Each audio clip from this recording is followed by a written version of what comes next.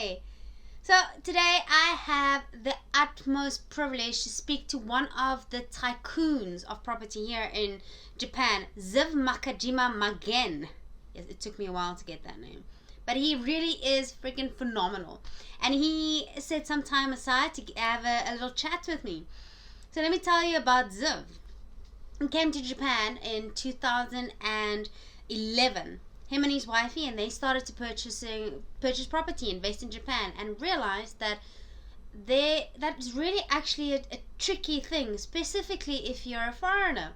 So him and his wifey established a business called Nippon Tradings International, and it's a buyer's agency, which basically focuses on how to help investors in any form or way if you want to purchase property here in Japan. So they help people from assisting investors, holiday homeowners, or anyone interested in Japan property to research, negotiate, conduct due diligence on, purchase, and manage property anywhere in Japan. He is a wealth of knowledge, and I have the privilege to chat to him today. This is what we're going to talk about. A little bit about the COVID effect that it had on the Japanese market, our abandoned houses a strategy, negotiating with the Japanese, because that I have experience in is rather tricky, and a whole lot more. So, here's Ziv. All right, awesome. So thank you so much for making some time for me today. Please do tell me, how did you end up in Japan being an Israeli? I actually came here from Australia. From Israel, I went to Australia when I was 28 or so, and then I lived there for about a decade. And then 3 years into Australia, I sort of married into the country and just started visiting here a lot. And then when our son hit elementary school age, we just decided to move here. So we've been here ever since, about 7, 8 years now. That's pretty awesome. So you met your wifey in Oz, but she's Japanese. Yes, that's right. Oh, okay. All right. So the one thing that I listened to some of your podcasts, it is really very cool content. Absolutely awesome. Oh, thank you. You said that the property prices here are relatively stable. Now, the podcast that I listened to was, I think, in 2017. And the only thing that you said could really make things shift a little bit was either if there is a massive immigration coming in or if there's a big baby boom. But how have you experienced the market now during COVID? Because that was like a full-on something from the side that just went in. Yeah, well, I'll backtrack a little bit first. Property prices here have been stable or even rising, but that's just since 2012 or so. So for the last 8 years. Prior to that, there was 2.5 decades of deflation. So property prices actually plummeted since the early 90s. Okay. And then since 2012, they sort of bottomed out, which was about the time that the current prime minister came in, Shinzo Abe. Yeah, you mentioned him quite a bit. Tell me, what is the significance about him? Sorry. Well, he's sort of turned things around economically, or at least on the surface. So Japan had a big bubble burst here in the early 1990s, which is when it was at its peak. And if you talk to a lot of people that have actually been going here since the 80s or 90s, they always have this impression of Japan being the most expensive place in the world, because it was at the time. But then since then, everything, cost of living, cost of property, everything really took a really big hit from early 90s until about 2012. So when he came in, that was the first time that they had somebody who was really focused on improving the economy and was really internationally savvy and opened or tried to open Japan up to the world. And that took hold. So property prices started inching up and then going up sharply. They brought the consumption tax up, cost of living went up a little bit. Salaries haven't caught up, or not to the same extent anyway. So Japan's had a bit of a revival since late 2012. So when we say property prices have been stable or rising, that's only in that period of time. So that's about 8 years, but on the back of 2.5 decades of deflation. So I wouldn't call the environment a pretty capital growth oriented environment, or at least not yet. It'll take a bit more than that. All right. So how did the COVID situation change the market price, if any, from your experience? It did a little bit. So, especially in bigger cities, mainly Tokyo, Osaka, and Nagoya, we've seen prices slip down a fair bit. For Tokyo and Osaka, that's not a bad thing because they were actually inching up a bit too high for comfort. They were pretty close to where they were pre-bubble burst, like pre-1990s. So for Tokyo and Osaka, that's probably a good thing. Nagoya took a hit. Other cities, maybe not so much, or at least not yet. So Kyoto, Fukuoka, Sapporo, the other big cities are pretty much where they were pre-COVID. But even there, we can now negotiate prices down a little bit more than we used to be able to, say, about a year ago. And in Tokyo and Osaka, we're seeing prices that we haven't seen for 5-6 years. So they've gone down, say, 15-20% or so. All right, you use the word negotiate now that I find really interesting, because in one of your other podcasts, you said that the Japanese find negotiation as conflict. So how do you approach this extremely shy and conservative nation as a foreigner? Your average, I'd say, street Japanese doesn't consider negotiation to be, well, when we say it is considered conflict, but investors, especially from the older school, people who are in their 60s, 70s, 80s, are sort of put up with that. People who buy and sell properties do realize that there's going to be some negotiation. But you're not going to see crazy lowball offers like you see in other countries. Like when I was selling a property in Australia, people were coming in at like 40-50% off the advertised listing price. That doesn't really happen here. I mean, the most we'd be able to see is maybe 10% off, maybe 20% if the property is vacant or in need of some serious TLC and that sort of thing. So it's not as prominent. And even in that case, there's some people who just get offended when you try to negotiate with them. But what I talk about in the podcast when I say they don't tend to negotiate is more referring to the tenants.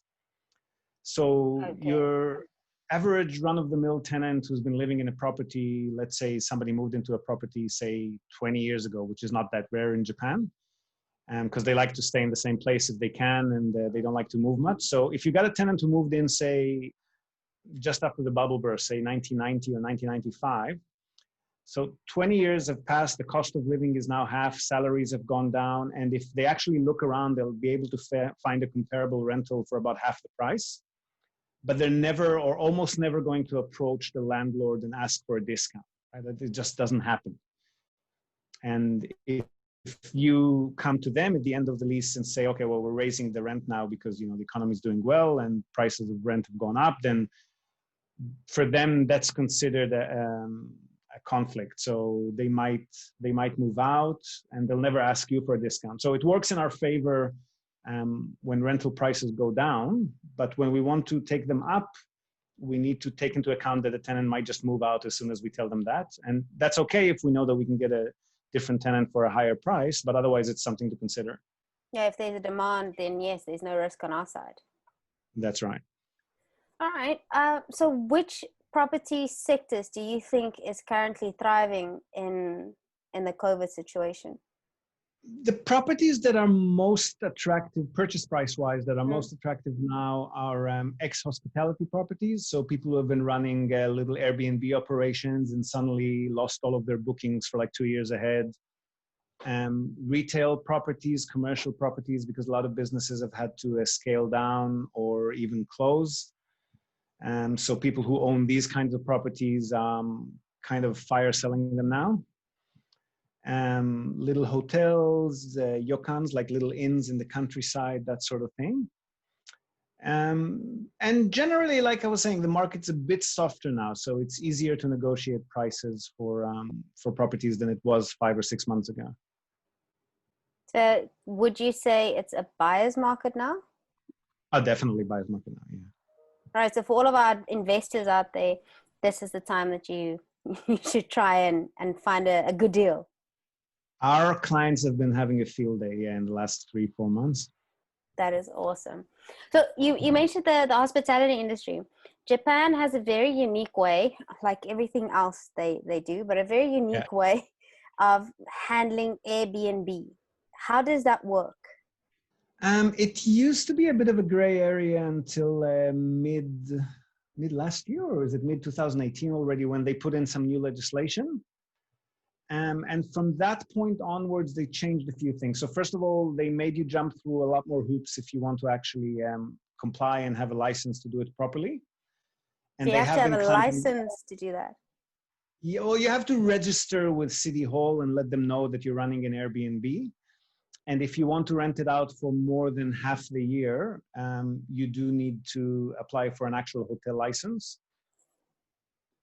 which is not that complicated of a process in Japan, but it obviously brings in a lot more compliance issues that you might not have had to think about before. So fire and safety and hygiene, and you need to have person available on call within a certain distance from the property 24/7, that kind of thing. So it's become a bit more difficult. And one of the most stringent things that they've done is that they've now given owner co-op. So let's say units in a co-owned block, or each unit is owned by a different owner. So they gave the owners co-op and the building management company the right to decide that they're not going to allow Airbnb, or they don't call it Airbnb, they call it minpaku, which is short-term rental. So basically anything that's done without a lease, like just letting guests in and out kind of thing. And for periods of less than 1 month. So for that, you need approval from building management or from the owner's co-op. And I'd say about 99% of them are not allowing that. Now, would you recommend Airbnb as an investment strategy here? Maybe not as a unit, but if you have a full block, would that then be better? Yeah, so if you own the entire structure, yes, that's definitely a lot more viable. But still there's compliance. So if you own a building that's only got, say, 4 units in it, so you really have to factor in the cost of compliance. So to make sure that the building satisfies the minpaku, the short-term stay legislation, and has all the fire and safety and hygiene and regular cleaning and so forth that comes with that. And the cost of, if you're living in one of the units and you're there, that's okay. But if you're not, if you're a remote investor, then you need to have somebody within a certain distance of the property that's available to take calls. So you just need to factor all of that in and see if it's worth your time. And the other thing is that it's a lot more hands-on, obviously, than just being a long-term lease landlord, right? Mm. So you need to take care of check-ins and check-outs and problems and people that pay and don't pay and take bookings and constantly check your occupancy rates and see if you're profitable or not. So it's a full-on job. So on the one side, it's nice job creation, and the other side is a little bit of a headache. Yeah, but I mean, it can, when it goes well, it can more than double the rental income you'd get from a normal long-term lease. So it's worth it if you've got the time and the bandwidth to deal with it. All right. Is there a certain period of time that, so if you've got the hotel lease or the hotel license, the hospitality license, can you lease it all year round? Can you do Airbnb all year round? So if you don't, then it's only a certain amount of time per year. Under that time frame. So what people often do is they rent it out, minpaku Airbnb, for half the year, and then the other half of the year they put in people with normal leases for something like, say, monthly rentals. So somebody rents the place for a month or 2 months or 6 months, and then they don't fall under that legislation, and that's okay. That's considered a normal lease for the rest of the year. All right, cool. So this is also, Airbnb is a solid strategy with different factors that you need to keep in mind. Yes, it's not as easy as, say, Europe, Australia, a lot of other places. You got a place, you just rent it out, you book people in and out, and you make sure, they might be more or less satisfied with what you provided, but you don't have to go through any legal compliance issues, unless anything happens, obviously, but otherwise. Yeah. But here it's not like that. So here, like everything Japanese, at least in the last year and a half or so, you do have to make sure that you're doing everything by the book. Native Japanese who don't really care much about visas and stuff, a lot of them still operate it in a gray sort of area. But for foreigners, it's a risk, because if you break the law, they could officially kick you out of the country. So, of course, there's been a few Brits in that have actually gone to jail for a couple of weeks in Tokyo, I think, when they ran afoul of that one. Really? Yeah. Wow. Because one of our investment strategies is Airbnb. So one of our properties, it's a full-on family house in South Africa. And we just literally listed, put the price, Airbnb takes their fee, and that's that. if there's anything maintenance that needs to be done, it's like they just contact us on WhatsApp and it's sorted, or through Airbnb. But there's none of the additional hands-on or additional licensing. What is the reason for that here in Japan? That really depends on who you ask. The official story is that it's to regulate the industry, to make it less risky and make sure that people don't have accidents, and that everyone's registered and accountable for whatever they do with the property. I would say it's probably a mix of the hotel lobby is pretty powerful in Japan, and they've exerted some serious influence to make sure that the people who come to stay here, because especially with the Olympics that was coming up and the Rugby World Cup before that, there was a lot of need for budget accommodation. And Airbnb really flourished here in the 2 years leading into that. And I think the hotel lobby just got a bit freaked out by that. So they did what they could through their lobbyists. And the other thing is that Japanese people can be quite foreigner shy, to put it gently. And when they see foreigners running around the building, obviously not all guests know exactly what to do with the rubbish, what goes out on what day and what color bag, and they speak foreign language in the hall, and they tend to be a bit louder than your average Japanese tenant. And they just don't like that. It's a bit racist, but it's no different to any other place in the world. I mean, you look at tourist locations like Venice in Italy or New York or a lot of other places. There are a lot of people complaining about the same sort of things, except they don't have the government backing. And here it's very easy for people to complain enough for the local city hall to then complain to the mayor's office, and then the mayor's office complains. Enough mayors complain to the national government, and then a new legislation just comes in. Yes. Japan, I just find so efficient and so for their own people. Like I really love it, but then if you're on the other side, I'm like, but I really like it and I appreciate it and I agree with it, but I want to be on that side. So yeah. So the other thing that I wanted to chat to you about is the abandoned houses. We all know that Japan has a decreasing population. So there's, especially on the outskirts of the cities, there's quite a few places that are just abandoned. Is that a potential investment opportunity? If so, how? I would say there's two aspects to that. So it can be a good investment opportunity if you're either a DIY kind of person, and again, you've got the time and the bandwidth to move into the place and redo it yourself. Mm-hmm. And the other thing is if you're a company that does that on a regular basis for a living, and you've already got the connections in place to execute cheap renovations, and you've got the negotiation power to purchase quite a few of these deals at a lower bulk price. And there's definitely a strategy, and people do that.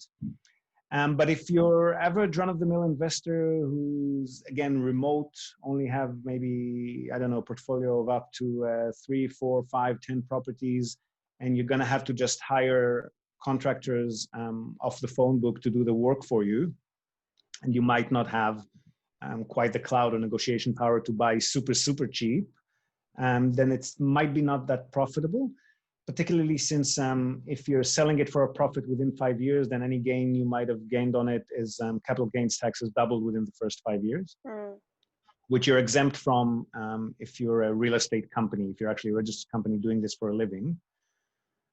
Then you wouldn't have to pay that extra tax, and you'd probably you'd be better positioned to make it more profitable.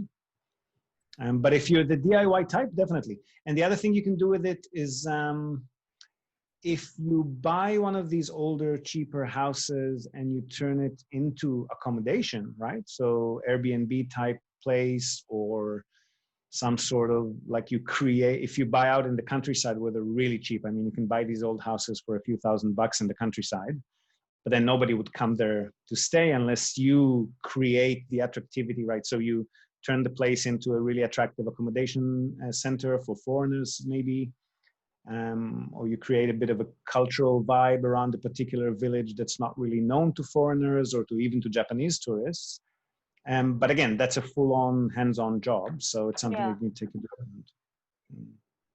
Yeah. So the bottom line is, if there's not a rental demand, usually it's not a good investment. You always have to try and get the rental demand. Well, you have to get creative. There's definitely room for being creative with these types of properties. If you buy something in a place or a profile of property that wouldn't attract normal long-term tenants, then you have to attract short-term tenants. And for that, you have to work harder and create something that actually attracts them. And then it's probably seasonal as well. Depending on location, like outskirts of Tokyo is not really seasonal. There'll be people there anywhere. If you're buying out near the ski slopes or near the beach, yes. But foreign tourists are seasonal, but a lot of Japanese people are traveling between cities for various reasons, and they're not as seasonal as others. Okay. All right. So it is doable. The other thing is, I mean, you can buy a place even in the city, renovate it, and then lease it out long term. If the location is good enough, there would be a family that would eventually probably rent it for you. If that area is a rental sort of area, some areas are populated more by owners occupiers. So you do have to just do your research a little bit pre-purchase. And then again, if you're not DIY, you better have the connections to make that renovation not too costly. Otherwise, there's not going to be much of a profit in it. Thank you. All right, so now for the average Joe that just wants to come in. I have a little cash. I think Japan is a good place to invest. What is the best thing that you would recommend for, even if someone's just starting out what would you recommend is the best way to go forward on that? Well, if it's a hands-free type of investor, somebody who just wants to park their money somewhere and get a steady monthly income or annual income, condos and apartments are usually, well, for one, they're the most popular and easiest to find tenants for. Mm-hmm. And they carry a lot less maintenance than the houses do, because the houses in Japan are built in such a way and from such materials that tend to create a lot of need for maintenance. So if you're, depending on your budget, I would probably point people towards either getting a few apartments or a building or a few buildings that have apartments in them. And then again, depending on the budget, if you can afford to buy something a little bit bigger and newer, then you'd probably get better quality tenants as well. But even if you don't, the cheap cash cows are actually the older studio sort of one-bedroom apartments that host singles or maybe couples at most.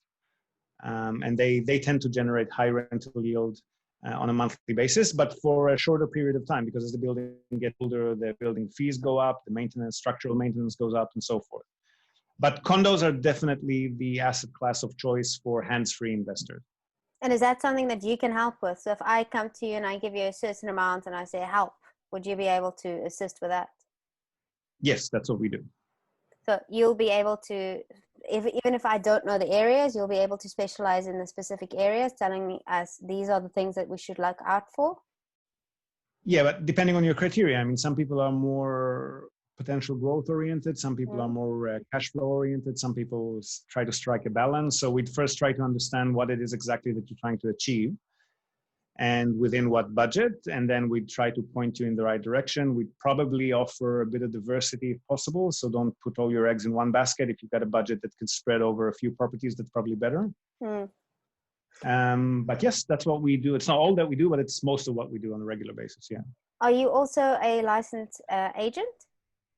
No, we don't want to share our commissions with it. But the thing is with them, licensed realtors are forced by law to share their commissions with other realtors. And for that reason, a lot of realtors would prefer to sell directly to buyers. So as soon as for example, if we work with a realtor, which we regularly do, the first thing that they would need to tell the realtor that they contact the listing realtor is that they're the buyer side realtor. And then the seller side realtor, if he can get an easier sell direct and keep the entire commission to themselves, they prefer not to work with the realtor. So we prefer to stay away from that. And the first thing we do when we introduce ourselves to another realtor is, we've got our pitch perfected, but one of the first things that we say is, don't worry, you don't have to share your commission. You can keep the entire thing. We just represent the customer. They pay us separately. You don't need to worry about that. And then the second thing that they need to hear from us is you'll never need to meet a scary foreigner or talk in English or anything like that. And then they usually agree to work with us. Not always, but usually. So the shyness and the foreigner almost scaredness is such a real thing. It's a very real thing. I mean, it's not as bad in Tokyo. It's getting better in Osaka. There's a few other foreigner hotspots, like where the U.S. Army bases are, so Yokosuka or in Okinawa, and Niseko up in Hokkaido, which is a ski village that's populated at least 50% by foreigners, mainly Australians recently. But aside from those places, which are usually, because they're very well known internationally, prices there are pretty high and yields are compressed. So the rest of the country, foreigner shyness is still very much a thing, yeah. How do you overcome that? By doing that, by presenting them with a Japanese face to deal with and telling them that they'll never need to speak directly to the customer and that all documentation will read Japanese, just the way that they're used to, and explain that we're fully authorized and show them the documents saying that we're authorized to represent the customer 100%. And even then, it can't be me that does that. It has to be my wife and her staff, the native Japanese, that handle that side. Otherwise, they freak out. So you guys have the perfect team. You do expat side, and she does the Japanese side. Pretty much, yeah. Don't know about perfect. We'd at each other's throats a lot, but yeah. Keeps any relationship healthy. yeah, can't complain about that. Thank you so much for watching. That was an absolute phenomenal chat that I had with Ziv Nakajima-Magen. Please do look in the description for his contact details if you want to get hold of him. And please do subscribe, and please do comment if there's anything that you probably want to know about investing.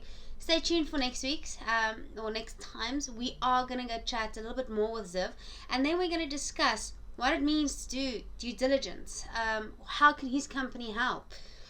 And what is Ziv's specific next move in the property market? See you guys next time.